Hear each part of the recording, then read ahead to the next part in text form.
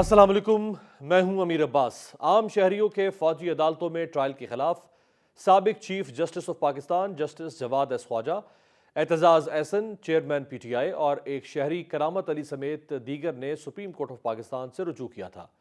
Supreme court ने इन दरखास्तों पर chief justice Umar Ata Bandial की सरबराही में 9 रुकनी लार्जर बेंच तश्कील दिया, जिसमें चीफ जस्टिस के अलावा justice Qazi Faez Isa, justice Sardar Tariq Masood, justice Ijazul Ahsan, justice Mansoor Ali Shah, justice Munib Akhtar, justice Yahya Afridi, justice Ayesha Malik और जस्टिस मुजहर अली अकबर नकवी शामिल थे। आज इस केस की अहम तरीन और पहली समाअत शुरू होते ही इसमें एक ड्रामाई मोड़ आ गया। समाअत का आगाज हुआ तो जस्टिस काजी फायज ईसा का कहना था कि अटॉर्नी जनरल रोस्ट्रम पर आए, मुझे कुछ कहना है। उस दौरान एतजाज़ एहसन के वकील सरदार लतीफ़ खोसा ने कहा कि हमें खुशी का इजहार तो करने दें। काजी फायज ईसा साहब ने कहा कि आप खुशी का इजहार बाहर कर सकते हैं, ये कोई सियासी फोरम नहीं। फिर जस्टिस काजी फायज ईसा ने कहा कि ताज्जुब हुआ कि कल रात 8 बजे कॉज लिस्ट में मेरा नाम सामने आया। कवानीन में एक कानून प्रैक्टिस एंड प्रोसीजर भी है। इस कानून के मुताबिक बेंच की तश्कील एक मीटिंग से हुई है। इस कानून को बिल की सतह पर ही रोक दिया गया। मैं वजाहत करना चाहता हूं कि 5 मार्च 2023 को ना बिल आया था ना ही एक्ट बना था, लेकिन 13 अप्रैल को सुप्रीम कोर्ट के बेंच ने हुक्म इम्तना दिया। अदालत ने supreme court practice and procedure bill की समाअत जुलाई तक मुलतवी कर दी।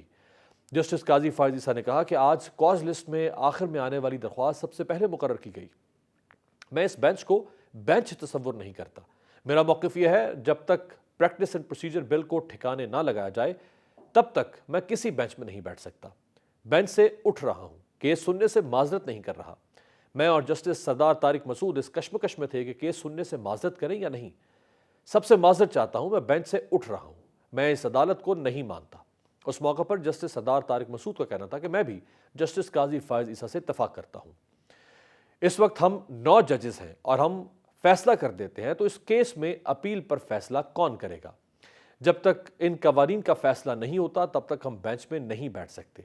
यूं ये 9 रुकनी बेंच टूट गया, जिसके बाद चीफ जस्टिस उमर अता बंदयाल ने 7 रुकनी बेंच तश्कील दिया, जिसने इस केस की समाअत की।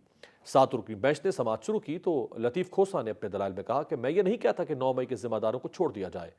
कहीं भी किसी भी हमले के जिम्मेदारों को कटहरे में लाना चाहिए। लतीफ़ खोसा ने कहा कि 10 मई को पूरे 4000 अफराद को शक की बुनियाद पर गिरफ्तार किया गया। जितनी भी FIRs दर्ज हुई उनमें आर्मी एक्ट की दफात का कोई हवाला शामिल नहीं। जस्टिस आयशा मलिक ने कहा कि ऑफिशियल सीक्रेट एक्ट की जो शिकें लगाई गई हैं वो क्या है। जस्टिस याहिया आफरीदी ने कहा कि जो लोग मुकदमात में नामजद हुए, क्या उन्होंने इसे चैलेंज किया? लतीफ़ खोसा ने सिविलियंस के मिलिट्री कोर्ट्स में ट्रायल के खिलाफ हुक्म इम्तना की दरख्वास्त की। सुप्रीम कोर्ट ने फौरी हुक्म इम्तना की दरख्वास्त मुस्तरद करते हुए केस की मजीद समाअत कल तक के लिए मुलतवी कर दी है। इस मामले पर तबसरे के लिए हमारे साथ मौजूद हैं 2 मोतबर शख्सियात, सीनियर सहाफ़ी सज्जाद मीर साहब और नज़ीर लगारी साहब हमारे साथ मौजूद हैं। आपका बहुत शुक्रिया। सज्जाद मीर साहब, अहम तरीन केस है। अगर मैं बुनियादी सवाल आपके सामने रखूं कि अगर केसेस मिलिट्री कोर्ट्स में चल भी जाएं सिविलियंस के, तो उनको भी अपील का हक तो सुप्रीम कोर्ट में या शायद हाई कोर्ट में भी मिलता है, लेकिन सुप्रीम कोर्ट तो बहरहाल हतमी एपलेट कोर्ट है ही। ये लगता है कहीं ऐसा कि मिलिट्री कोर्ट्स में अगर पहले ट्रायल होगा तो इंसाफ नहीं होगा और फिर इंसाफ के लिए अपील के लिए वक्त लग जाएगा, या केसेस बराह रास्त जाने ही सिविलियन कोर्ट में चाहिए थे? देखिए, बात ये है कि सबसे बड़ा मसला तो आज ये है कि फाइज ईसा और सरदार तारिक ने जो किया है वो बेंच से उठ गए हैं। उन्होंने ये नहीं कहा कि हम बेंच का हिस्सा नहीं है। उन्होंने उठ गए हैं, जिसका मतलब प्रोटेस्ट किया और कहा कि पहले वो फैसले करो। ये सुप्रीम कोर्ट की डिवाइड को बहुत ज़्यादा ज़ाहिर करता है और इस बात को ज़ाहिर करता है कि इस वक्त जो मसला पैदा हो गया है वो आला तरीन अदलिया के बारे में शुकूक व शुबहात पैदा कर रहा है। जो लोग ये कहते थे कि ये अदालतें इंसाफ नहीं दे सकती, जिन्हें हम सिविलियन कोर्ट कहते हैं, वो इसलिए कहते थे इन्हीं बातों की वजह से कि रोज़ एक थोक के हिसाब से बेलें हो रही थी। रोज़ ये 3 रुकनी बेंच जो फैसले दे रहे थे, रोज़ इस तरह की बातें हो रही थी। वरना बहुत से लोगों का ख्याल यही था कि इंसाफ के सारे तकाजे पूरे किए जाएँ और इन मुकदमात को आम ही अदालतों में सुना जाए। एक तरफ ये ख्याल था कि आम अदालतें इंसाफ दे ही नहीं पा रही, वो अपनी तरफ से ह्यूमन राइट्स, मैं बार-बार कहा करता हूँ कि ह्यूमन राइट्स और डेमोक्रेसी ये 2 ऐसे लफ्ज़ हैं जिनके नाम पर इस मुल्क में बेशुमार गुनाह सरज़द किए जाते हैं। गुनाह बचा कह लीजिए, जराइम सरज़द किए जाते हैं और इस मुल्क में बहुत सी बातें जो उसको समझा नहीं जाता रहा है। अब केस अगर मिलिट्री कोर्ट में चलना है कि नहीं चलना भी तो ये फैसला नहीं हुआ। मैं ये पूछता हूँ कि ये जो 9 मई का वाकया हुआ वो इतनी देर से लटका हुआ क्यों है? टेररिस्ट कोर्ट में चलना है तो वहां चल जाए, मिलिट्री कोर्ट में चलना था तो वहां चल जाए। बल्कि कुछ एक जज ने तो ये कहा था, जज ने कहा था, किसी और ने नहीं, उसने एंकर से पूछा कि अगर ये लोग अंदर आ गए थे तो वो तो आ गए थे, वापस कैसे आए? हमारे ह्यूमन राइट्स याद आ जाते हैं ना हम लोगों को। कभी ऐसा भी होता है कि आप कोई हमला कर दें किसी मिलिट्री इंस्टॉलेशन पर और आपको कोई पूछने वाला ना हो?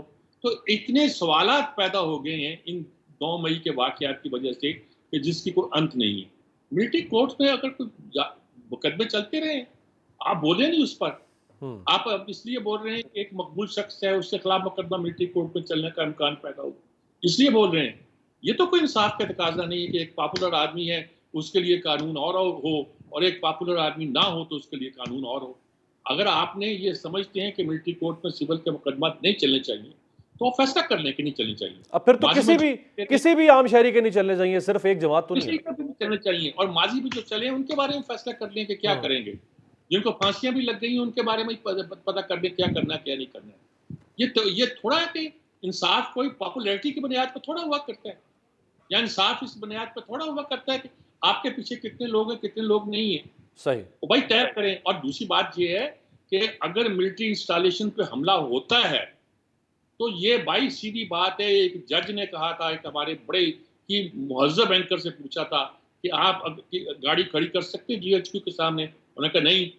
उनके उनके अंदर सिक्योरिटी कैसी है? उन्होंने कहा लीथल। उन्होंने कहा अच्छा ये सिक्योरिटी लीथल है तो ये लोग जीएचक्यू में दाखिल कैसे हुए? दाखिल हुए तो वापस कैसे आए? हम्म। यहां से ह्यूमन राइट शुरू हो जाते हैं। सही है। लगारी दुनिया साहब, के मुझे पेंटागन में दाखिल हो कैसे दिखा दें जरा, नहीं वो तो या सवाल ही किसी पैदा और नहीं होता। जगह दिखा दें आपस। वो तो मसला ये है कि हमसे भी सुस्ती हुई है। हमसे मुराद ये है कि हमारी रियासत से भी सुस्ती हुई है। वो इतनी देर से ये सोच रही है कि ये करना है कि वो करना है, पॉपुलैरिटी को देखना है कि इंसाफ को देखना है कि उसको देखना है कि इसको देखना है। लेकिन मुझे सबसे बड़ी मुश्किल जो नजर आ रही है वो हमारी अदालत का इस तरह बंटना है। वो भी उस वक्त अब जब मैं यही सवाल, ये जो आपने कहा कि अदालत का तकसीम होना, मैं यही सवाल जरा लगारी साहब के सामने रखता हूँ। लगारी साहब, 9 जजेस हैं, 9 में से 2 जजेस का इख्तलाफ है, और जजेस के इख्तलाफ तो हर बेंच में रहे हैं। अमूमन जिसको हम इख्तलाफी नोट कहते हैं वो जज का इख्तलाफ होता ही है, तो तभी इख्तलाफी नोट सामने आता है ना। तो या तो 9 में से 5 जजेस आज उठ जाते, जैसे 2 ये उठे 3 और उठ जाते, तो फिर तो वाज़ेह इख्तलाफ था, यानी फिर तो अक्सरियती इख्तलाफ आ गया। 2 जजेस के इख्तलाफ से पूरा बेंच तो कॉन्ट्रोवर्शियल नहीं हो जाएगा? देखें, एक बात तो यह है कि ये तय है कि जब एक भी जज चला जाए तो बेंच टूट जाता है और बेंच डिस्चार्ज हो जाता है, और उस वक्त बेंच जो है असर नौ तश्कील देना पड़ता है। मेरे ख्याल में फिर वो भी किसी और दिन होता है, उसी सेम टाइम सेम वक्त जो है वो शायद नहीं होता है, इसलिए कि यहाँ पर 2 जज साहबान के चले जाने से बेंच जो है वो अमलन टूट तो गया।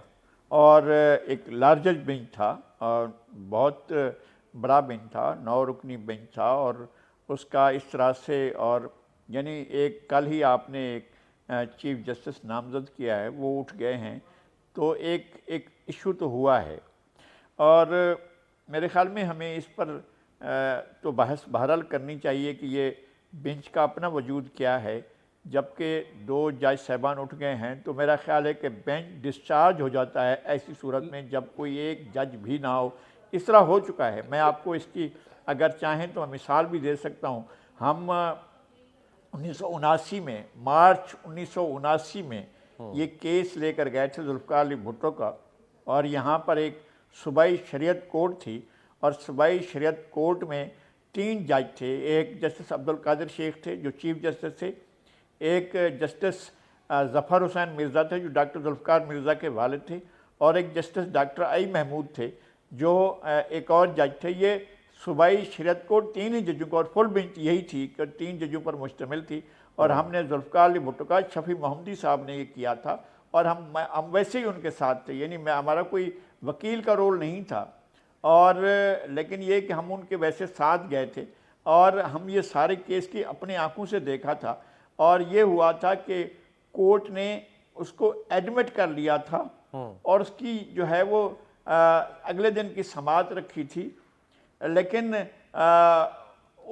एक तो ये हुआ कि पहले अगले दिन आकर जो वकील थे उन्होंने इसको विड्रॉ कर लिया, फिर फ़ौरन बाद जो है जब ये सुप्रीम कोर्ट की रिव्यू भी मुस्तरद हो गई भुट्टो साहब की, तो फिर दोबारा वही केस लेकर गए और समाअत के लिए रखा गया। उन्होंने पूछा, बेंच ने पूछा, जनाब आपने ये क्यों समझते हैं कि जुल्फ़िकार अली भुट्टो को फांसी हो जाएगी? तो उन्होंने कहा कि हमें शक है कि ये शख्स बददियानत है जिसका नाम जनरल ज़िया है, वो फांसी देने में ताख़ीर नहीं करेगा। तो उन्होंने कहा आपने ये तो मेंशन नहीं कि आपने केस के अंदर के वो बददियानत है, तो आप, उन्होंने कहा कि मैं अपने कलम से अभी अमेंडमेंट कर देता हूँ कि ये शख्स बददियानत है, वो फांसी दे देगा। तो उन्होंने कहा नहीं, आप यहाँ ना लिखें बल्कि कल आप आएँ और कल पेश करें, फिर हम कल इसको सुनेंगे। तो अगले दिन जब गए तो जस्टिस डॉक्टर आई महमूद नहीं आए थे, और डॉक्टर आई महमूद के ना आने से वो बेंच टूट गया और फिर वो बेंच कभी भी नहीं बैठा, और ये मामला बिल्कुल हमेशा के लिए ये हो गया कि अब वो केस नहीं सुना जाएगा। ज़ाहिर है फिर नहीं सुना गया और फिर फांसी भी हो गई। सही, लेकिन लगारी साहब ये 9 रुकनी बेंच टूटा जरूर, दोबारा रिकॉन्स्टिट्यूट हो गया ना, एक नया बेंच बन गया 7 रुकनी बेंच, और तो ये तो नया बेंच सुन रहा है अभी केस। बेंच जो रिकॉन्स्टिट्यूट किया, इतना इमीडिएटली उस वक्त दरख्वास्त दी गई थी, मेरे सामने ये दरख्वास्त दी गई थी कि एक जज साहब नहीं आए हैं तो इसको रिकॉन्स्टिट्यूट कर दें। उन्होंने कहा नहीं करते हम, मुस्तरद किया उन्होंने कहा जनाब हम इस बात के लिए तैयार हैं कि हम इस पूरे के पूरे 2 रुकनी जजेस के बेंच को फैसिलिटेट करते हैं कि हम जस्टिस डॉक्टर आई महमूद के घर चलते हैं, अब वहाँ जाकर सुने। उन्होंने कहा नहीं, हमने मुस्तरद कर दिया आपकी दरख्वास्त, हम नहीं सुनते हैं। तो एक वक्त ये था। अच्छा, एक बात मैं दूसरी बात और बताता हूँ। मिलिट्री कोड के बारे में आप बात कर रहे हैं, मेरे ख्याल में बाद में मुझे ये मौका मिले या ना मिले, मैं इस पर बात करना चाहता हूँ। वो ये है कि मिलिट्री कोड जब फैसला हुआ मामा ईसा का और अयाज सम्मो का, तो मिलिट्री कोड ने सजाए मौत नहीं दी।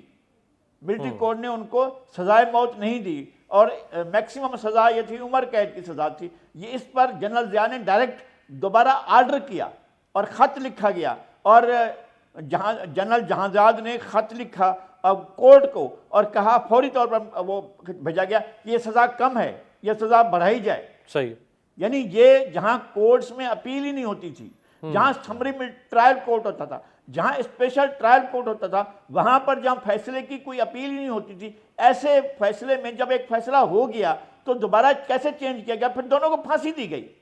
तो ये भी उस मुल्क में हो चुका है। वो तो खैर अयाज सम्मो को, वो तो ज़िया-उल-हक की तो मिसाल किसी भी तौर पे लगारी साहब, वो तो इंतहाई भयानक दौर था ना, उसका तो कोई काबिले तकलीद उसकी तो बात हो ही नहीं सकती। एक ब्रेक आपकी इजाज़त से। ख्वाजा आसिफ साहब ने एक स्टेटमेंट दी है, ब्रेक के बाद खुशामदीद। ख्वाजा आसिफ साहब ने आज कहा कि सुप्रीम कोर्ट का बेंच टूट गया, लेकिन इसके नताइज आज या कल सामने आएंगे। जिन लोगों ने यह मामला उठाया है उनके सियासी मुफादात हैं। सजाद मीर साहब, नताइज क्या हो सकते हैं बेंच टूटने के? अब बेंच नया बन गया, उसकी आज पहली समाअत भी होगी, कल दूसरी समाअत है, बेंच टूटने के क्या नताइज हो सकते हैं जो ख्वाजा साहब को लग रहा है? जब ये ख्वाजा साहब की ये ट्वीट आई थी, मैं एक सेमिनार में बैठा हुआ था। अच्छा। लेकिन देख ही रहा था, ट्वीट गायब हो गई। पता नहीं क्या हुआ, कभी क्या सूरत हाल पैदा, मुझे अंदाजा नहीं हो सकता क्या हो रहा है, लेकिन गैर मामूली बातें हो रही हैं। नए चीफ जस्टिस का ऐलान ही वक्त से पहले हो गया है, और 3 महीने पहले हो गया सर, 3 महीने पहले हो गया है। और इस वक्त जो सूरत हाल है, देखिए ये आसान काम नहीं है।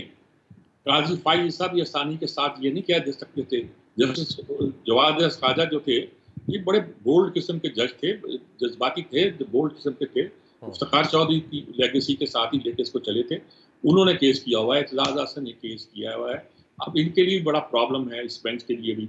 लेकिन ग़ारी साहब ये बात दुरुस्त कह रहे हैं कि जब बेंच टूटता था तो रिकॉन्स्टिट्यूट होने में वक्त लगता था। ये उमर अताब बंदियाल ने ही ये रवाज डाला है। पहले भी 9 रुकनी बेंच टूटा तो कह दिया 7 रुकनी बेंच हो गया, फिर कह दिया 5 रुकनी बेंच हो गया, फिर 5 रुकनी बेंच का 3-2 का फैसला सुना दिया, फिर कहा वो 7 रुकनी बेंच तो कभी था ही नहीं, वगैरह वगैरह। ये सारी काम उमर अताब बंदियाल ने किए। अब भी उन्होंने ये काम कर रहे हैं।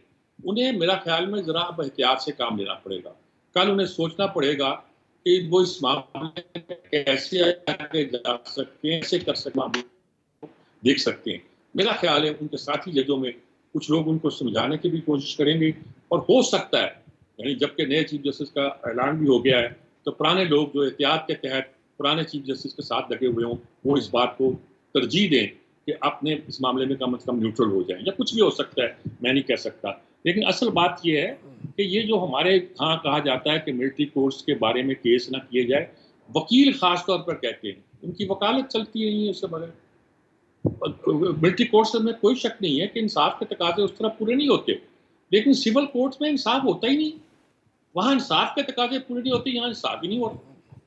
मर्जी है जज की, जो चाहे कह दे, कल कोई फैसला दे दे कोर्ट, आज कोई फैसला दे दे कोर्ट। कहिए तो मैं फैसले कोर्ट कर देता हूँ, आपको बता देता हूँ क्या क्या फैसले हुए। इन्हीं दिनों में तमाशा लगाया हुआ ना अदालतों ने। हाँ। जब हमारी आला तरीन अदालतों ने अपना तमाशा बना लिया है, तो फिर आप क्या तौक़्क़ो करेंगे कि अदालतें कैसे आपको इंसाफ देंगी और इंसाफ हासिल होगा। मीर साहब ये फरमाएगा आपके तजर्बे के मुताबिक, अगर आप कुछ आपने अगर ऐसा कभी ऑब्जर्व किया हो कि जो सिविलियन कोर्ट्स है, जैसे आज सुप्रीम कोर्ट में समाअत हुई, उसमें आम शहरी भी आके समाअत सुनते हैं, वकील भी आते हैं, सहाफ़ी भी आते हैं, civil court, session court, high court open होती हैं, सहाफ़ी आके सुनते हैं, एक ट्रांसपेरेंसी वहाँ पे इंश्योर हो जाती है। मिलिट्री कोर्ट्स में जब समाअत होती है तो क्या उसमें सहाफ़ियों को या किसी ऑब्जर्वर को जाने की इजाज़त होती? नहीं, कभी कभी इजाज़त दे भी देते हैं ऑब्जर्वर को जाने की, करने की, और होता भी है। अब कभी कभी हम कहते हैं इंसाफ तेज होना चाहिए। देखिए, हमारे भी बड़े बड़े कॉन्ट्रडिक्शन हमारी शख्सियतों के अंदर। कहीं सऊदी अरब में तो खड़े खड़े वो सारे फैसला करता है, काफी शहादतें देता है और करता है, फैसला कर देता है। हमारे कानून में लटकाने का मरहला एक लंबा हो गया है। दूसरा, हमारी अदालतों ने अपना वकार इतना खराब कर दिया है कि लोगों को इन सिविल कोर्ट्स पे एतबार ही नहीं रहा। बिल्कुल। अब वो हमारे आसफ जरदारी से पूछता है अदालतों से कैसे, कहते मैं अदालतों के साथ साथ चलता हूँ, मामला इतना लंबा कर देता हूँ कि आखिर में अदालतें थक हार जाती हैं, मुझे छोड़ देती हैं। सही। तो ये जो सूरत पैदा होगी, ये इंसाफ के तकाजे नहीं है, ये अदालती गिमिक्स है, और क्या मैं कह सकता हूँ। बिल्कुल सही। लगारी साहब, अब जरा एक सवाल सियासी सूरत हाल के ऊपर भी, पीपल्स पार्टी नून लीग इख्तलाफात तेज़ी से बढ़ते हुए नज़र आ रहे हैं। अभी जो आज की जो खबरें सामने आ रही हैं, पीपल्स पार्टी ने बजट की मंजूरी और ईद के बाद हुकूमत से अलहदगी का शायद फैसला कर लिया या तैयारी कर ली है। कोई है ऐसी इतला पीपल्स पार्टी अलहदा हो जाएगी हुकूमत से? नहीं, सरदस्त तो ऐसी बात कम से कम मेरे इल्म में नहीं है, और जाहिर है, लेकिन ये इत्तेहाद तो था ही नहीं। यानी ये तो पीडीएम में भी शामिल नहीं थी। 2021 में ही ये छोड़ गए थे, 2021 का पूरा अरसा गुजारा, फिर 2022 में भी ये साथ नहीं थे, अलग अलग चल रहे थे। ये हुकूमत में जाकर एक हुए हैं कि जब इनकी ये बात मानी गई कि असम्बलियों से इस्तीफे देने के ऑप्शन को इस्तेमाल करने की बजाय आप असम्बलियों में बैठें और तहरीक अदम एतमाद ले आएँ, और इस बात को एग्री किया मुस्लिम लीग नून ने भी, और सब ने मिलकर ये किया कि तहरीक अदम एतमाद देते हैं। अगली तरफ से जो थे साबिक वज़ीर आज़म, उन्होंने तहरीक अदम एतमाद के एक आइनी, बिल्कुल खालिस आइनी नुक्ते को उन्होंने कहा कि देखना मैं कल कैसे खेल खेलता हूँ। तो उन्होंने जो है वो आर्टिकल 5 लगाया, पढ़ा, और उसकी खिलाफ वर्जी पर आर्टिकल 6 को इन्फोर्स किया, और उसकी वो भी मुकर्रर कर दी, यानी सज़ा भी दे दी कि जनाब मुस्तरद करते हैं हम तहरीक अदम एतमाद को। कोई नहीं कर सकता था, एक आइनी प्रोसेस को कोई रोक नहीं सकता था। ये आर्टिकल 6 की खिलाफ वर्जी हुई थी उस वक्त जब ये सारी सूरत हाल हुई थी। तो ये मैं कहने का मतलब ये है कि इत्तेहाद में शामिल नहीं थे, ये हुकूमत में जाकर शामिल हुए हैं, इत्तेहाद में नहीं थे। हम इसको हुकूमती इत्तेहाद कह सकते हैं, पीडीएम का इत्तेहाद नहीं कह रहे, हुकूमती इत्तेहाद। ये हुकूमती इत्तेहाद में, जी हुकूमती इत्तेहाद में ये शामिल हैं, लेकिन इनका जाहिर है जब एक पीडीएम के इत्तेहाद में भी नहीं है तो किसी इंतखाबी इत्तेहाद में नहीं है। और कल का मौसम आ रहा है, दोनों ने अलग अलग इलेक्शन लड़ना है, एक दूसरे के मद्दे मुकाबिल लड़ना है, और एक दूसरे के खिलाफ इन्होंने कंपेन चलानी है। तो जाहिर है हुकूमत के वो अलग भी होंगे, अलहदा भी हो जाएंगे। लेकिन मेरा ख्याल है कि अगर बजट मंजूर होने तक ये चलते हैं साथ में तो एक बहुत अच्छी बात होगी कि चलें। लेकिन बात यह है कि आप वज़ीर आज़म तो वहाँ गए हुए हैं पेरिस, और वहाँ मुज़ाकरात कर रहे हैं अपना IMF से। तो यहाँ एक ऐसे मामले में मेरे ख्याल में एक क्राइसिस पैदा करना तो शायद मुमकिन नहीं होगा, और करना नहीं चाहिए इस वक्त में। लेकिन बहरहाल कुछ भी हो सकता है, सियासी अमल तो इसी तरह होता है कि पार्टियाँ साथ भी होती हैं, पार्टियाँ अलग भी होती हैं, और उन्हें इलेक्शन भी लड़ना होगा। तो मेरे ख्याल में ये हो सकता है कि इस मरहले में जब इंतखाब में जाना हो तो अलग अलग होकर इलेक्शन लड़ेंगे, एक साथ नहीं होंगे। बाकी रहा इख्तलाफ की बात, तो वो तो सवात में सामने आई थी जब तकरीर की थी बिलावल भुट्टो जरदारी ने, और उन्होंने तहफ़्फ़ुज़ात का इज़हार किया था। मेरे ख्याल में उसके बाद तो मामला जो हैं बड़ी हद तक ठीक हो गए हैं, और अब ऐसा मुझे सरेदस्त कोई मामला नज़र नहीं आ रहा है। राइट मीर साहब, आपको लग रहा है कि पीपल्स पार्टी नून लीग का ये जो सियासी लव वेट रिलेशन होगा इलेक्शन तक रहेगा, इलेक्शन से पहले खत्म हो जाएगा? क्योंकि इलेक्शन में तो वो बता चुकी है दोनों, जैसे नून लीग कह रही है कि हम अब सिर्फ पंजाब नहीं, हम सिंध की हुकूमत भी बनाएंगे। तो भाई तभी बनाएंगे ना जब आप एक दूसरे के मुकाबले में इलेक्शन लड़ेंगे, तो मिलकर तो नहीं बनाई जा ये है सकती। कि जो इख्तलाफ जाहिर किए जाते हैं, अब तो ये इख्तलाफ है कि ज़का अशरफ को पीसीबी का चेयरमैन बनाओ या नईम सेक्रेटरी का बनाओ, ये कोई इख्तलाफ है? या बिलावल ने जो बात की है वो बात तो पहले गुफ्तगू हो चुकी थी, वो करने की थी, कोई बात को ज़रा एक स्टेप आगे ले जाना था। हाँ। ये क्यों कहा जा रहा है? क्यों गए हमारे पंजाब के जो निगरान चीफ मिनिस्टर हैं, जो जरदारी जरदारी साहब को साहब के मिलने। आदमी, हाँ क्यों गए वो? सारा मसला ये नहीं है कि आप ये चीज़ें मांग रहे हैं जो आप जाहिर कर रहे हैं। असल में आप दबाव डालना चाहते हैं कि पंजाब से सीटें लेना चाह रहे हैं। पंजाब से सीटें वो लेना चाह रहे थे जो इस वक्त वो बन रही है एक नई जमात, उसके लिए वो कह रहे हैं हमारी एस्टेब्लिशमेंट को कि ये सीटें हमें मिलनी चाहिए। आप इंडिपेंडेंट क्यों रख रहे हैं? अच्छा, पीपल्स पार्टी चाहती है कि सीटें इस्तेकाम पाकिस्तान को ना मिले, हमें मिले। हाँ, हमें मिले, और वो या इस्तेकाम पाकिस्तान ही हमें मिल जाए। दूसरी तरफ से वो कहते हैं, उनका ख्याल था कि नून लीग के साथ कहीं एडजस्टमेंट हो सकती है। अब लगता है कि नून लीग के साथ तो उनको कोई मामला जो है वो बनने की जरूरत को कोई नक्शे नजर नहीं आता, तो वो क्यों साथ देंगे? तो सही। सारा प्रेशर उस हैसियत से डाल रहे हैं कि पंजाब में उनको कोई शेयर दिया जाए ताकि वो कोई वहाँ अपनी मरकज में हुकूमत बनाने की पोजीशन में आए। और मरकज में बिलावल की हुकूमत के लिए कोशिश नहीं हो रही, जरदारी साहब अपने लिए कर रहे हैं। वो जरदारी बेटे साहब का खुद निकाल वजीर आजम आ रहे हैं। ये सारे हमारे जो लोग हैं ना, मुझसे कुछ लोगों का ख्याल है नवाज शरीफ मरियम के लिए कर रहे हैं, मरियम के लिए नहीं, वो भी अपने लिए कर रहे हैं। अपने सर, बहुत बहुत शुक्रिया सज्जाद मीर साहब और नज़ीर लगारी साहब हमारे साथ मौजूद थे। बहरहाल दोनों शख्सियात पाकिस्तान की गुज़श्ता 4-5 दहाइयों की सियासत पर गहरी नज़र रखते हैं। एक ब्रेक पर जाते हैं, ब्रेक से वापसी में बात करेंगे। जराइम इस वक्त ख़तरनाक हद तक बढ़ चुके हैं, रियासत कैसे काबू पाएगी? ब्रेक के बाद खुशामदेद। मशहूर यूनानी फ़लसफ़ी अरस्तू ने कहा था कि गुर्बत जराइम और इनकलाब की माँ है। जिन माशरों में नाइंसाफ़ी और बदउनवानी जड़ पकड़ ले, वहाँ अवाम गुर्बत का शिकार होने लगते हैं, और ये कौन नहीं जानता कि भयानक जराइम दरहकीकत गुर्बत की ही कोख से जन्म लेते हैं।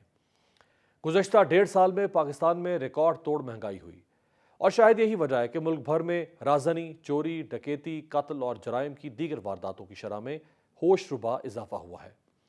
इस साल के पहले 5 माह में पेशावर में कत्ल, इक़दाम कत्ल, राजनी और रेप के केसेस में रिकॉर्ड इजाफा हुआ है। 232 अफराद का कत्ल हुआ, जो गुज़श्ता साल के पहले 5 माह की निस्बत 136% ज़्यादा है। इक़दाम कत्ल के वाक़यात में भी इजाफा हुआ, जिसके मजमूई तौर पर 360 वाक़यात रिपोर्ट हुए। पेशावर शहर में राजनी के वाक़यात में रिकॉर्ड 202% इजाफा हुआ है। रवां साल पहले 5 माह में 29 रेप केसेस रिपोर्ट हुए, जबकि गुज़श्ता साल के पहले 5 माह में रेप के 18 केसेस रिपोर्ट हुए थे। पुलिस दस्तावेजात के मुताबिक मर्दों, औरतों और जानवरों के साथ गैर फितरी अमल के 14 वाक़यात रिपोर्ट हो चुके हैं। डॉन अखबार की एक रिपोर्ट के मुताबिक लाहौर में रेप के वाक़यात में ख़तरनाक हद तक इजाफा हुआ है। लाहौर पुलिस ने मुख्तलिफ मुल्ज़मान के खिलाफ रेप के 8 मुकदमा दर्ज किए हैं, जिन्होंने मुतासरीन को जबर, ब्लैकमेलिंग का इस्तेमाल करके और अच्छी तनख्वाह की नौकरी का लालच देकर जिनसी ज़्यादती का निशाना बनाया। 4 जून की एक खबर के मुताबिक लाहौर में जिनसी दरिंदों ने एक ही दिन में 4 खवातीन को निशाना बनाया। अगर रावलपिंडी की बात करें तो गुज़श्ता साल के पहले 10 माह में जराइम की शरह में 40% इजाफा हुआ है। एक रिपोर्ट के मुताबिक इस अरसे में 248 अफराद मारे गए, जबकि डकैती की मुज़ाहमत पर 10 अफराद कत्ल हुए। रिपोर्ट में बताया गया है कि कार छीनने की वारदातों में 40% इजाफा रिकॉर्ड किया गया है। राजधानी की वारदातों में 23% इजाफा हुआ। दस्तावेज के मुताबिक जिला भर में मोटरसाइकिल चोरी की 4238 वारदातें हुई। रवां साल के पहले माह में इस्लामाबाद में 20 अफराद कत्ल हुए। इस्लामाबाद में खवातीन के अगवा और ज़िना बिल-जबर के 75 वाक़यात हुए। एक माह में 90 गाड़ियां और 325 मोटरसाइकिलें चोरी हुई। डकैती के 195, जबकि राजधानी के 90 वाक़यात रिपोर्ट हुए। चोरी और नकबजनी के 220 वाक़यात रिपोर्ट हुए। याद रहे कि इस्लामाबाद पुलिस की रिकॉर्ड बुक के मुताबिक गुज़श्ता साल 2022 में 10,500 से ज़ायद मुकदमा दर्ज हुए, जिनमें शहरी मुसल्ला डकैती, चोरी, स्ट्रीट क्राइम और दीगर वारदातों में 4 अरब रुपए के सामान और नकदी से महरूम हुए। सिंध, जहां पीपल्स पार्टी गुज़श्ता 15 सालों से इक़्तिदार में है, उसके दारुल हुकूमत कराची का हाल यह है कि वहां स्ट्रीट क्राइम्स की यौमिया 3000 वारदातें होती हैं। मुल्क भर से ये वो तमाम केसेस हैं जो रिपोर्ट होते हैं। आप इससे अंदाज़ा लगा सकते हैं कि गैर रजिस्टर्ड केसेस या अनरिपोर्टेड केसेस की तादाद कितनी हो सकती है। रियासत इस वक्त इक़्तिदार की कशमकश में मुब्तला है। पाकिस्तान के अवाम की जान व माल की हिफाजत का कौन सोचेगा, ये बहुत आम सवाल है। आपसे मुलाकात होगी पीर के रोज़। देखते रहिएगा तब्दीली।